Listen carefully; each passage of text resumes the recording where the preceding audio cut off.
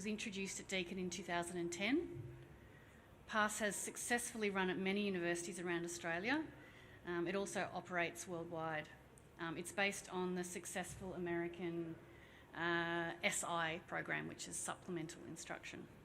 Pass provides students with a comfortable and relaxed learning environment where they can ask questions. It's facilitated by a student leader or a Pass leader who has completed the unit with a high mark. It's aimed at first year students and it's not remedial, so both high achievers and students who are struggling can attend. Pass leaders do not teach, but they facilitate and encourage group collaboration and discussion. Pass leaders support and encourage students to become independent in their learning. They assist students with how to learn. So, aims of the Pass program. Pass helps students engage with their studies, which helps in turn improve their confidence. Students consolidate course content in a group study session. Pass leaders facilitate a variety of student-centred activities using active learning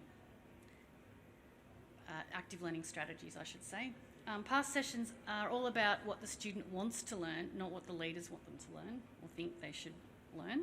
Pass supports students in connecting with each other, making friends, new networks. It's a safe and comfortable learning environment. The Cloud campus at Deakin has grown.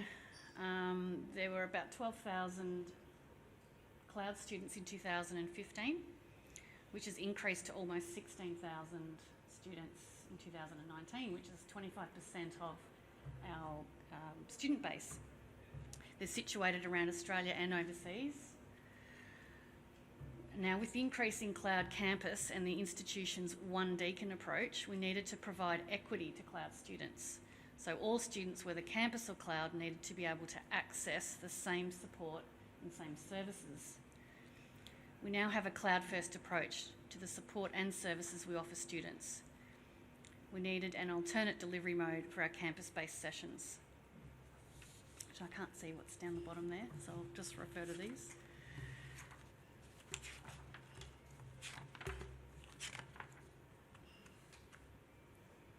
When planning the Cloudpass program, we wanted to enhance the connectedness of students, social and academic, so they could feel less isolated. And so the online version of Pass was born, Cloudpass, in 2015.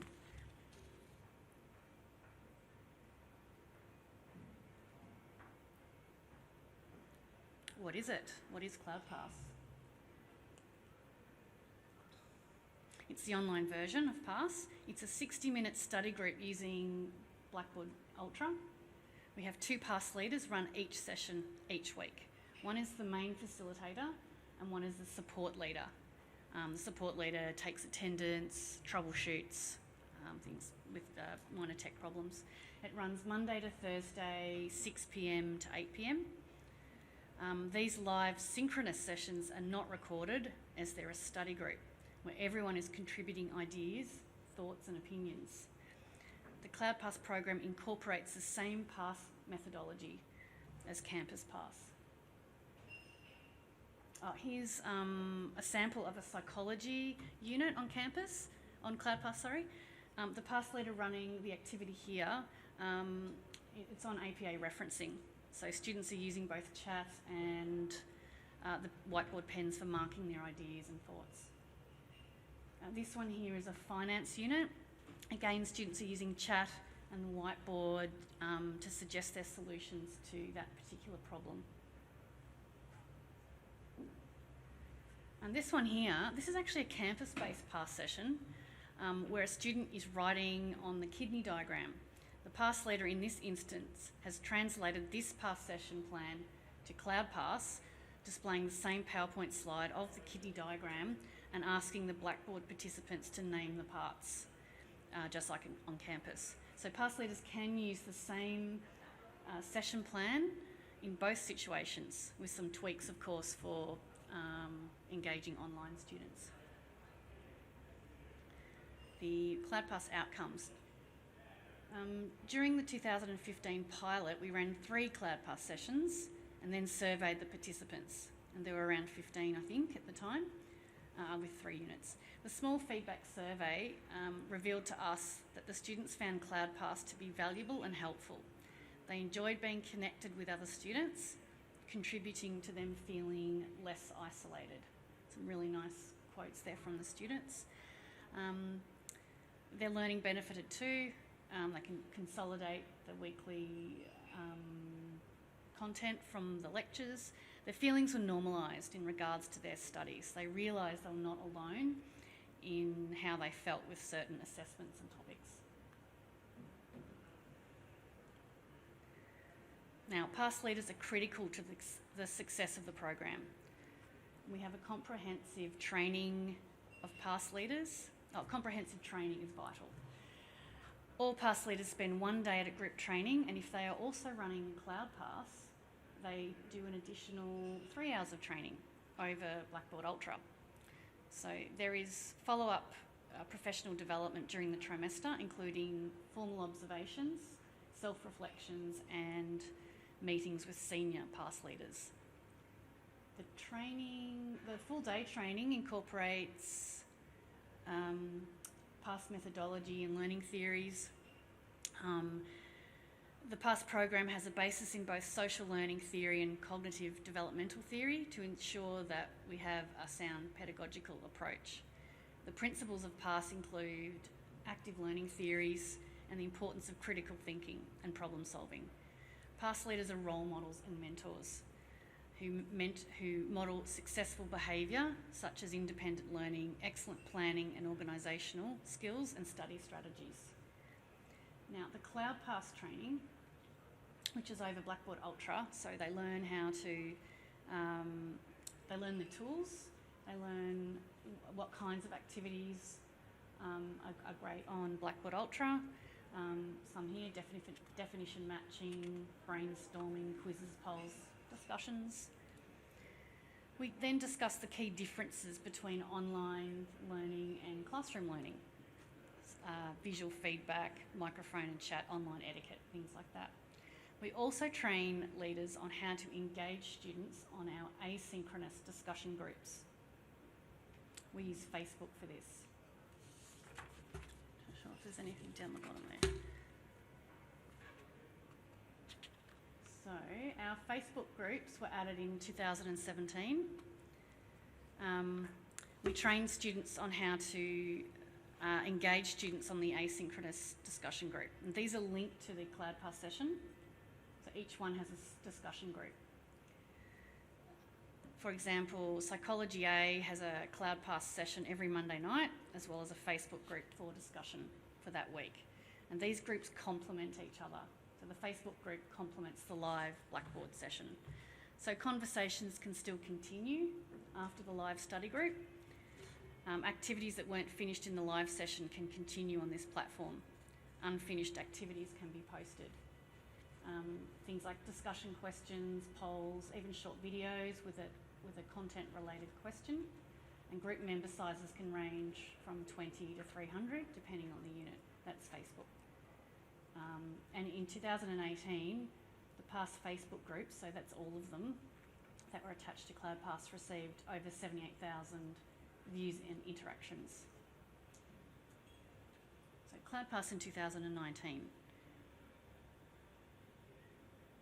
So it's grown since its inception in 2015. By the end of 2019, we will have run approximately 56 Cloudpass sessions across all trimesters and in all faculties. The number of students we assisted in Cloudpass was 629 in 2018. The total will increase by the end of this year. That figure doesn't include the students that have joined the Facebook pages of groups. Although campus Cloudpass was created to assist cloud-based students, you'll see on that pie chart,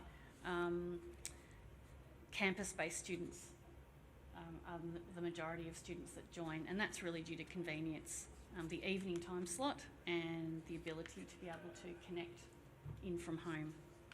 And we now see a wonderful collaboration of cloud and campus students collaborating together. So our data shows that students who attend Cloudpass have achieved significantly higher results than those who don't attend any form of pass. And the results here are from 2 units, Cloudpass units. The trend is consistent over the years across all units. We always see a strong correlation between those students who participate and an increase in their final grade. That's 0 is no sessions, 1 to 4 is between 1 and 4 sessions, 5 to 8 attending between 5 and 8 Cloudpass sessions. And this is also consistent with other tertiary institutions' data who run PASS. So student feedback. Here's some really nice qualitative feedback from students last year. So when the students attend Cloudpass, they feel more engaged and confident, connected to the university and others, giving them a sense of belonging. There's a couple here I'll read out. Being a Cloud student, it's hard to find people to work with. Cloudpass is a fun environment where I can talk to others about the coursework and improve my confidence in my abilities. It's a fun way to study because it's a very informal setting, it's comfortable. And one more there.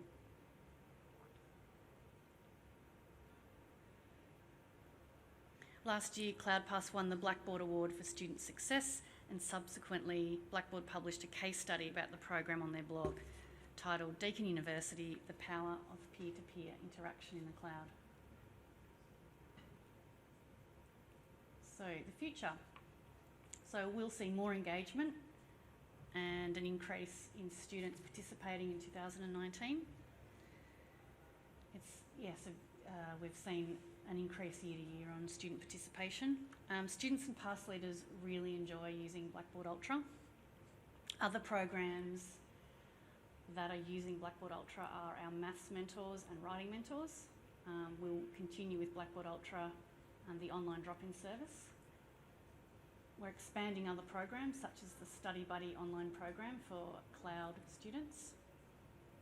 And we're about to transition our campus-based study hall, which is a huge group study session, to an online study hall using Ultra.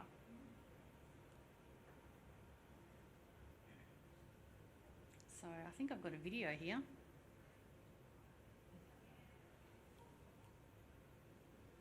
So I'm about to show you a video. This is Amy, who you'll be meeting later online. Here's how I've been starting. Email. Yep, here we go. Yes. And I'm a senior pass leader with Deakin University. I have been running pass for campus and cloud for criminology units ACR 101 and ACR 102, and this video aims to share with you some of what we do in these sessions.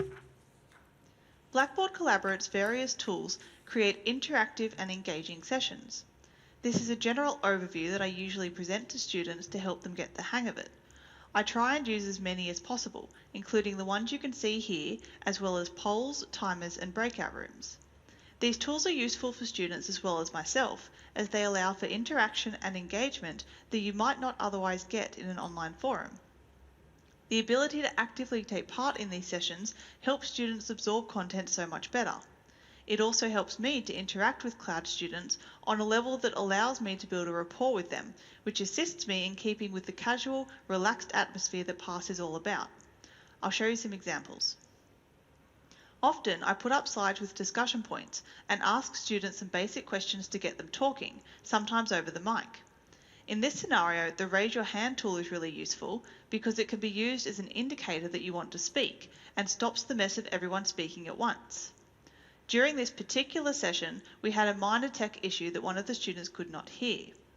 As Blackboard allows for captions, I was able to make Carly, my support leader, a captioner so that the student could still take part. Unfortunately, the recording did not pick up on the captions, but they worked really well. This is an example of an activity I will use the poll tool for.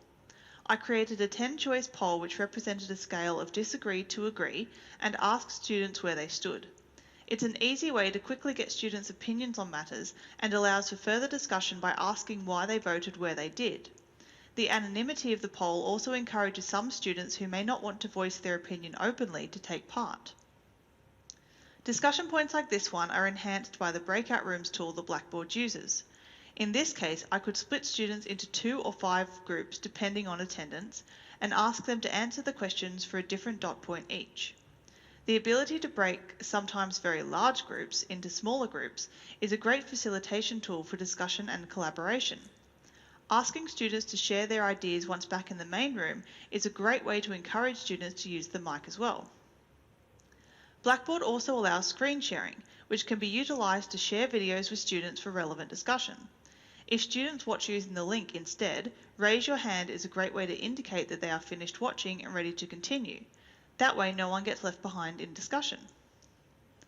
Matching and ordering are activities that utilise the drawing tools. We can ask students to either draw a line to link something to its correct partner, for example, a term and its definition, or, as in this case, ask students to put something in the correct order.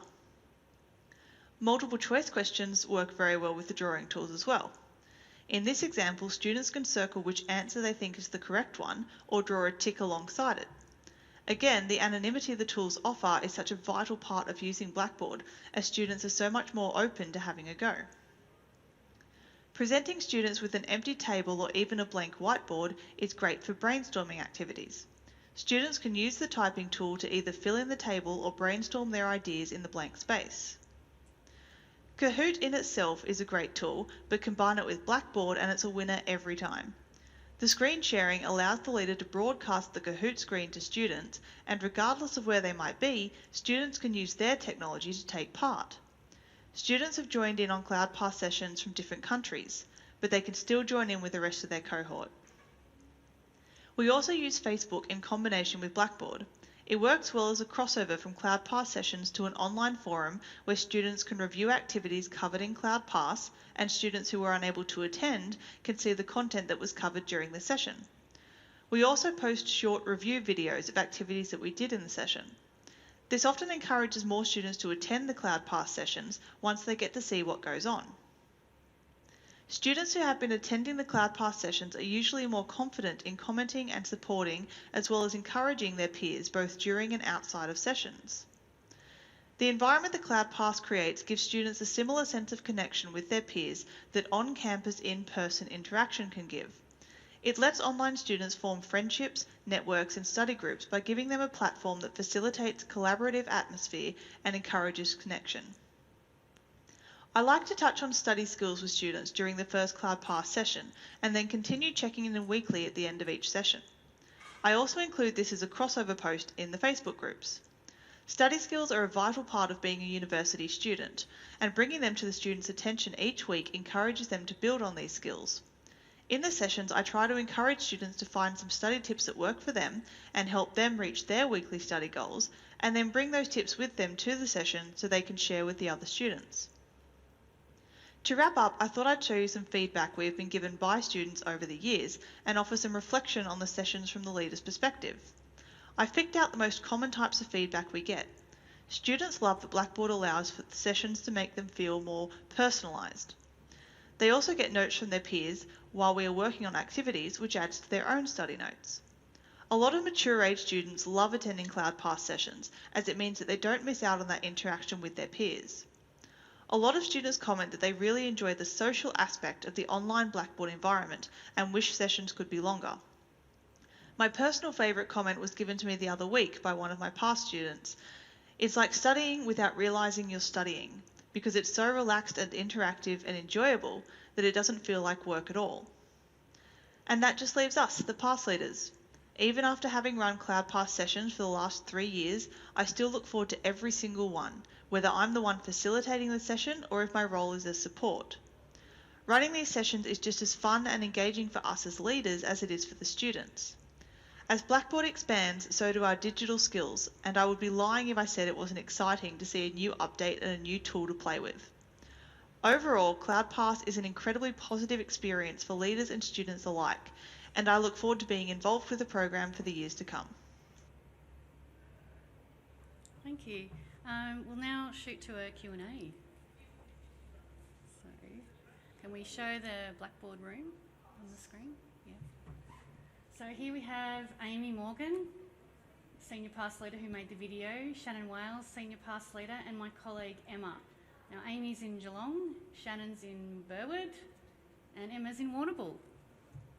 So you may have some questions, such as you might like to know more about the Cloudpass activities, how the Blackboard tools contribute to the success of sessions.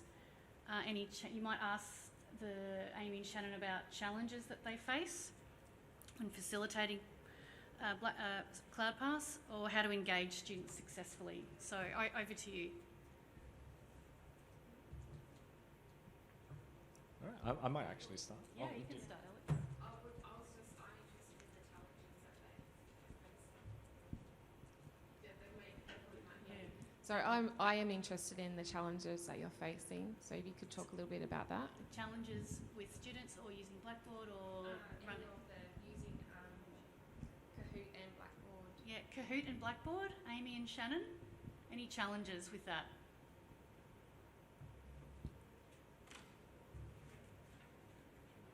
Can they hear? Can you guys hear me okay? Yeah? Yes, okay. Maybe Shannon, I'll ask you about Kahoot. Any challenges with Kahoot and Blackboard? Sometimes the students get a bit confused flicking between screens, so we ask for, instead of doing that, they sign it to the Kahoot answer on like their phone or an iPad or a different device, so they can have Blackboard open in front of them and answer the questions on their phone. Great. Amy, any other challenges? Can you hear me okay? Yeah, we can, perfectly. Awesome. Honestly, the biggest challenge I found with Kahoot was the screen sharing aspect, because if you are screen sharing, you have to sit on that screen. If you flick back to Blackboard, it does the infinite mirror thing. But that's easily solved by getting the support leader to monitor Blackboard and reply to the students while you're on the Kahoot screen. So small challenge, easy fix. Thank you. Any other questions? Alex, did you have one, or someone else? Any other questions from the floor? Yep.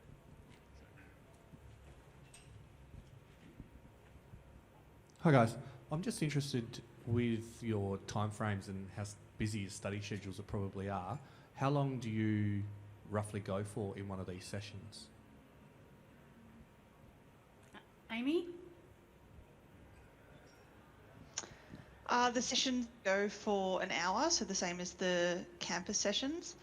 It doesn't interfere too much with our schedule as university students, because all of our classes are during the day. So as Fiona said in her presentation, where we have a lot of campus students join in on Cloudpass because the 7 p.m. time slot is convenient, works the same way with us as far as I've experienced.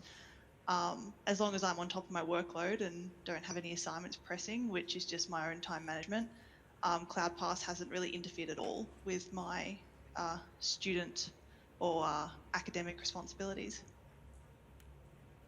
Any other questions?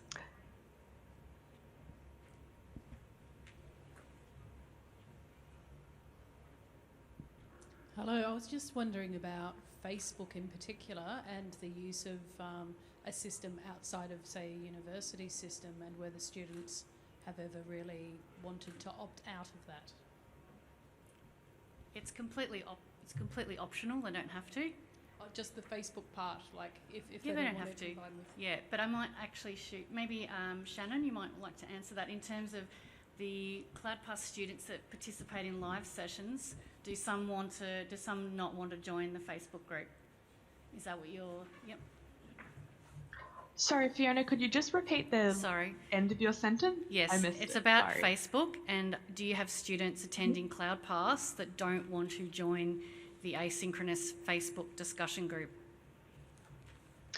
I've had some students that just don't have Facebook. They either had it as teenagers and then they just wanted to disable it entirely, or some mature age students that haven't used a social media platform before. But aside from that, most students will use both. And if the session runs a little bit over time, I'll be like, all right, guys, go back on the Facebook page and keep chatting there and stuff like that. But no, there's some students that don't have Facebook, but the ones that do have always participated in my experience. They're not disadvantaged anyway if they don't join. Is that correct, Shannon and Amy? Yeah. No. They've got, with their Deakin cloud login, they have their own discussion board via the university anyway. So if they didn't have a Facebook, they could discuss stuff at other times through that system. Do you have a question, Alex? There's time for one last question. Yep. I have one last question. Great. I think in any online environment, it's very difficult, of course, to try and break the ice with, of course, newcomers and students who may not be as extroverted to talk. Do you have any tips for our audience about how you might do that? Amy and Shannon have some fantastic tips about how to break the ice with new students and those who are a bit unfamiliar with Blackboard. So who'd like to go first? Amy? Yep, have you got me? Yep, got you. Okay, honestly, I found the best way to do that was through the use of breakout rooms. I've always had large groups attending in Cloudpass, and it's very easy for students who are a little bit shy or, not very keen to jump on the mic to just sort of ghost a little bit. They just sort of sit in the background, especially when you have a large group and it's all online. So I found breaking students up into smaller groups would make them more comfortable to speak to each other. And like I said in the presentation, asking students to nominate a spokesperson of sorts to give an example of what they came up with to the rest of the group in the main room encourages students to get on the mic a little bit. So I just sort of try to introduce them to each other in smaller groups before putting them into the big group. And then if they make friends in their smaller groups, when they come back to the main room, they've got a friend who's willing to speak, then they might be more willing to speak as well. That's the thing I found helped me the most. Have we got time to ask Shannon what she thinks? Shannon, do you have any tips about breaking the ice with students? Yes, as part of Cloudpass, we always do an icebreaker activity straight up before we get into the more academic but I always make sure that I have a very social kind of maybe comedic icebreaker activity so people know that I'm not a teacher, this isn't a tutorial or a seminar, it's just a couple of people getting together having a study. And I feel like once that sort of comes across and there's a bit of social chatter, oh, what are you watching on Netflix? Students feel a lot more comfortable to participate as it being on we're equal peers. They're not marking you or anything like that. So that's always good. Thank you so much for coming in online. Thanks. I think we'll have to wrap up now. Yes, we do. So sorry, Emma, we didn't get to chat to you. Right, so if you could all join me in a round of applause for Fiona and her lovely assistant Amy and Shannon. Thank you very much. I've just got a last slide with my contact details on it. So thank you so much. I've just got a slide up here just with where you can find me if you've got more questions. It's not. Anyway. I've just got my email and phone number up there. It's the last slide. Yeah, right at the bottom. Yeah, thank you. So that's, if you've got further questions, feel free to email me. Yeah, thank you very much. If you need to